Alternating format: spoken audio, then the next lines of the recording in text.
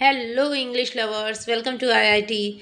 सो friends, आज हम the prelude की बुक नंबर 6 को कवर करने जा रहे हैं। बुक नंबर 6 में वर्ड्सवर्थ बताते हैं कि गर्मियों की जो छुट्टियां थी वो ख़त्म हो गई हैं और अब वर्ड्सवर्थ फिर से कैम्ब्रिज लौट जाते हैं। वे कहते हैं कि कॉलेज के दूसरे और तीसरे साल कुछ ख़ास हुआ नहीं था और फिर जल्दी ही पतझड़ यानी ऑटम शुरू हो गया था। उसके बाद वो रात को कॉलेज के जंगलों के पास, मतलब कॉलेज के पास जो जंगल थे, वहाँ घूमने जाया करते थे और वहाँ की ब्यूटी की बहुत ज़्यादा तारीफ़ करते थे, उसे अपने अंदर बिल्कुल शामिल कर लेते थे। नेचर उन्हें ऐसा लगता था जैसे मेडिटेशन कर रही हो। इसी बीच उनकी स्टडी चलती रही। बाकी सब्जेक्ट्स से ज़्यादा तो उन्हें लिटरेचर एंड पोइट्री पसंद था। ऑब्वियसली वो एक पोएट थे, तो उनका जो इंटरेस्ट था वो अपने स्कूल और कॉलेज टाइम से ही पोइट्री में था। इसके बाद जो पोएट हैं वो अपनी बहन डोरेथी के बारे में बताते हैं। डोरेथी वर्ड्सवर्थ उनकी बहन थी और वो बताते हैं कि गर्मी की छुट्टियों में उससे क्या-क्या बातें हुई। साथ ही वो अपने बेस्ट फ्रेंड कॉलरिज यानी एसटी कॉलरिज, जो एक रोमांटिक पोएट हैं, उनके बारे में भी बताते हैं। और वो बताते हैं कि जो कॉलरिज थे वो बहुत गरीब थे और उनकी हेल्थ भी ठीक नहीं रहती थी और गरीबी के कारण ही उनको बीच में कॉलेज छोड़कर भी जाना पड़ा था। अब इनके थर्ड ईयर की गर्मियों की छुट्टियां पड़ती हैं और वर्ड्सवर्थ अपने एक फ्रेंड के साथ एल्प्स के पर्वत जाते हैं एक टूर पर घूमने के लिए। ठीक है, तो सबसे पहले वो फ्रांस के कैलिसिस नामक स्थान पर पहुंचते हैं। कैलिसिस, ठीक। तो जब ये एल्प्स घूमने जा रहे थे तो फ्रांस जब पहुंचते हैं वहाँ पर उस समय फ्रेंच रिवॉल्यूशन चल रहा था और लोग उसका जश्न मना रहे थे। फिर वो बरगंडी और रोन होते हुए ग्रैंड चार्ट्यूज पहुंचते हैं।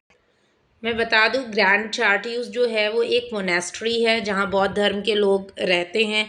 तो जब ये वहां पहुंचते हैं तो वहां देखते हैं जो मोनेस्ट्री के लोग हैं उन्हें वहां से निकाला जा रहा था। तो ये देखकर वर्ड्सवर्थ को बहुत ज़्यादा दुख होता है। वो कहते हैं कि ये लोग तो शांति प्रिय लोग होते हैं, इन्हें तो पीस पसंद है और इनके साथ ऐसा बर्ताव नहीं होना चाहिए। इसके बाद वो पहुंचते हैं कैमोनिक्स वैली। कैमोनिक्स वैली पहुंचने के बाद वो एल्प्स की सबसे ऊंची पर्वत चोटी को देखते हैं और एक तरीके से उसके शीर्ष पर देखने की कोशिश करते हैं और उस सबसे ऊंची पर्वत चोटी का नाम होता है माउंट ब्लैंक। ठीक है, ये उस चोटी का नाम है जिसको वो देखते हैं। उसको, उसकी सुंदरता को देखकर इनका मन बहुत ही ज़्यादा खुश हो जाता है। इसके बाद ये वल्लाई और सिम्पलोन पास को क्रॉस करके एल्प्स के शीर्ष पर पहुंच जाते हैं। पास मतलब होता है दर्रा, जो पर्वतों के बीच में जाने के रास्ते होते हैं। उन रास्ते से ये एल्प्स के शीर्ष तक पहुंचते हैं। वहाँ का एक लोकल व्यक्ति उन्हें बताता है कि वो एल्प्स के ऊपर तक आ चुके हैं। वर्ड्सवर्थ कहते हैं कि यहाँ की जो प्राकृतिक ब्यूटी है उसको वो कभी ज़िंदगी में नहीं भुला सकते। जितना अच्छा यात्रा का अंत था उससे ज़्यादा कहीं उनकी जो एक्साइटमेंट भरी यात्रा थी, मतलब जो उनकी जो जर्नी थी उन उसमें उनको बहुत ज़्यादा मज़ा आया।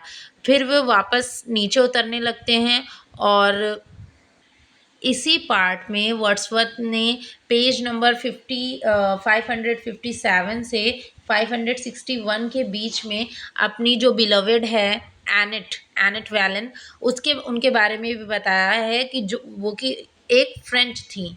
इसके बाद वर्ड्सवर्थ और उनके दोस्त ये लोग इटली पहुंचते हैं और वहाँ पर लेक मैगियर और लेक कोमो को देखते हैं जो कि बहुत ज़्यादा खूबसूरत थी।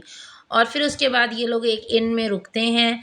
रात में चर्च की घंटियाँ इन्हें सुनाई देती हैं, तो इन्हें ऐसा लगता है कि जैसे सुबह हो गई हो और वो रात में ही अपने रास्ते पर आगे बढ़ जाते हैं। लेकिन आगे चलकर जंगल से बहुत डरावनी आवाज़ें आ रही होती हैं, तो ये सुनकर उन्हें बहुत डर लगता है। ये उनके लिए सबसे डरावना अनुभव था अब तक के रास्ते में। लास्ट में कवि कहते हैं कि पहले स्नोफॉल तक तो उन्होंने ये यात्रा जारी रखी थी और इस टूर ने उन्हें बहुत ही रिच एक्सपीरियंस से भर दिया था, जो उन्हें हमेशा याद रहेगा और उनकी क्रिएटिविटी को भी प्रभावित करेगा। मतलब आगे वो जो भी लिखेंगे, उन सब में इनका जो ये एक्सपीरियंस था, इनकी जो ये जर्नी थी, वो हमेशा इफ़ेक्ट करेगी। So thanks for watching.